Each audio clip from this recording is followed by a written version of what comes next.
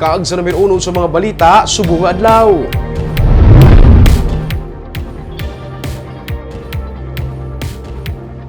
Nagalapta sa karon sa social media ang video ni Anay Comelec Commissioner Rowena Guanzon kag sa karon kongresista na nga nagapaning-al sa mga kalalakian nga nagainom sa igad sa karsada sa Cadiz City. Nag-upload sa video na balaka nga basi balikan sa kongresista. May report si Nico Delfin.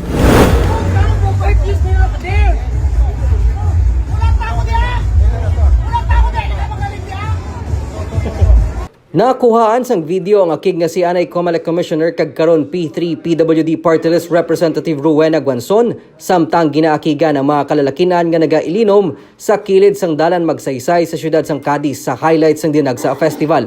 Suno kay Cynthia nga among nag-upload sang video sa social media, makapilaman ka beses nga gintuslok ni Guanzon sang baston ang nagbisita nga tiyo sang iyabana.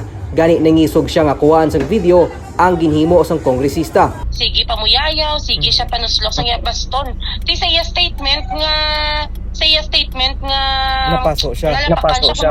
How come nga nalapakan siya kay layo pa lang gapangwahig na siya. Pero ginatambagan lang sa wala sang may makaulot sa iya hambal kay tungod grabe ang warak-warak sang babaya, grabe ang pamuyayaw. Pero sa iya mga statements siya istaliwas gid sa ginapakita sang video. Ginsiling naman ni Guanzon nga magluwas nga napaso siya sang sigarilyo, natapakan pang yatiil sang mga nagasinaot-saot nga pangayaw samtang nagalabay siya sa mga alagyan papauli sa ilabalay.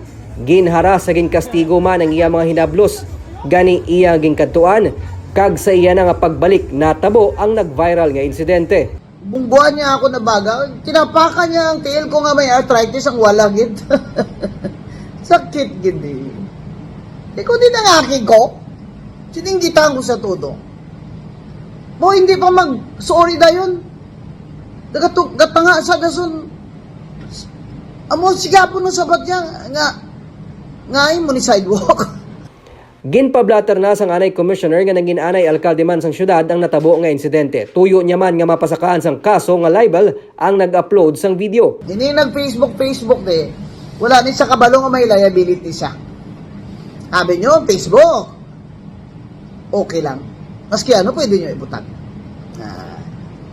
Karon ang pangabay ko, kung sino mga kakilala sining mga tao, palihog, ipalambot nyo lang di sa akon. Butang nga ginakabalakan ni Cynthia, nagapati siya nga wala na sa lugar ang ginhimo ni Guanzon, kag sila pa sa mga himata sang iyabana ang napaukpan sa natabo, bangod wala man sila sang kahilabtanan sa natabo sa hinablos sang anay opisyal. Ang worry man, at the same time ang amon safety kay kung makita niyo to sa video nagambal man da siya nga mabalik siya something amo na. Ginsiling man ni Guanzon nga wala niya nauyunan ang pagpangayo sang pasaylo sang iya na engkwentro nga mga lalaki antes pa man siya nag-ibwal sa kaakig. Panawagan niya nga kuntani matagaan na tensyon ang pagpanigarilyo kag pag-inom sa mga sidewalk kun kapistahan. Nico Delfin para sa DigiCast Negros.